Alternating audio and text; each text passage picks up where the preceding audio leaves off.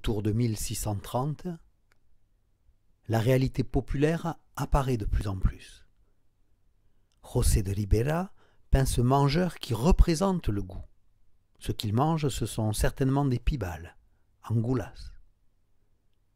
En 1638, il peint cette femme au bord de la crise de nerfs, accablée sous le fardeau de ses souffrances. Juan Batista Meino peint la reprise militaire de Bahia du Brésil aux Hollandais. La tâche du peintre officiel est aussi de produire les images de propagande à la gloire du pouvoir. Dans la Nouvelle-Espagne au XVIIIe siècle, Venezuela, Mexique, Colombie, des tableaux fixent le système raciste de caste qui s'instaure. Dans les vendanges, Vendimia, la corde populaire et d'idylle aristocratique est rendue par les poses vivantes, la couleur, la grande luminosité qui se répand dans les jaunes, du ciel aux vêtements. Goya étale ses nuances pâles comme en étant un drap de lumière. Vers 1783, Goya se rapproche du pouvoir. Il fait le portrait du premier secrétaire d'État, le comte Floridablanca.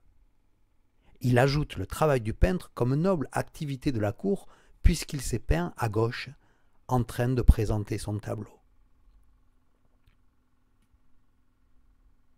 Ce combat de chat pour un carton de tapisserie, cette scène extraite d'une pièce de théâtre qui montre un exorcisme, l'apparition de démons, ou ce rêve.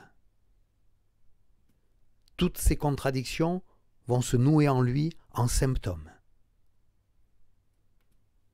Cette fois, le pouvoir de rassembler du monde n'est plus bucolique, il est vil, menaçant, massif, démagogique, infernal. Rien ne s'arrête. Le colonialisme repart de plus belle lorsque l'Espagne envahit Tétouan au Maroc. Josep Tapiro fait des portraits types de la société marocaine, avec sincérité, un regard orientaliste, ethnographique, une merveilleuse technique d'aquarelle. L'Espagne était à la mode à Paris depuis Manet. Zuloaga affirme avec succès une identité espagnole, avec la veille de la corrida en 1898. Les jaunes, les robes, les mantilles, le lévrier aristocratique et le campo, le picador, rappellent l'or et le fond ténébreux de l'héritage espagnol. Son Segovillano, en 1906, rappelle les grands sévillans. Picasso rompt avec le beau, Zuloaga reste, en 1908-9, sur les pas de la tradition. Tolède aussi est au centre de l'attention. Elle unit Ribera à droite, avec son modernisme de 1912, avant son engagement communiste, et Zuloaga et son néo-traditionnisme à gauche, en 1909. Et aussi des penchants au nationalisme.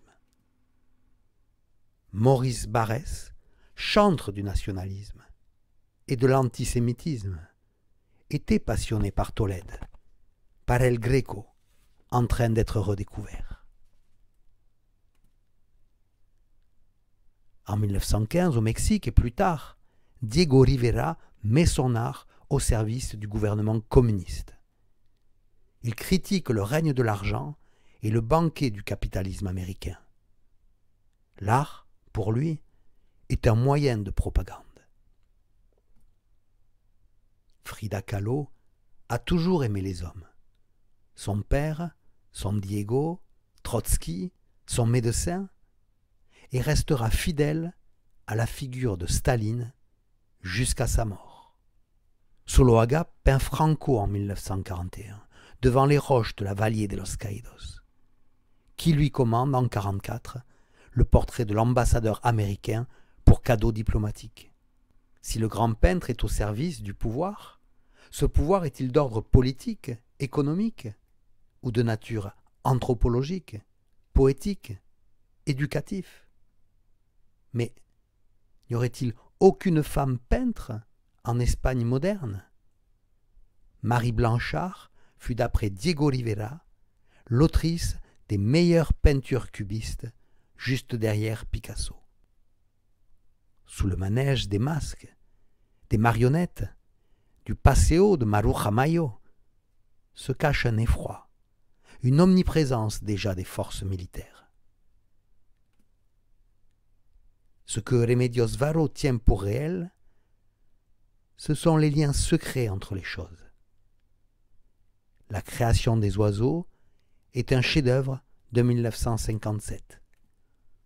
Dali joue un rôle de génie, de bouffon savant, clown impérial dans la puissance du monde contemporain. S'il assume ses contradictions, il ne s'est pas émancipé du pouvoir. C'est pourtant ce que voulait l'esprit de 68, auquel Miro rend hommage dans l'idée de destruction créatrice.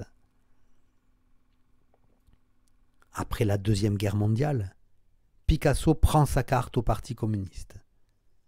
Va-t-il faire allégeance au dictateur?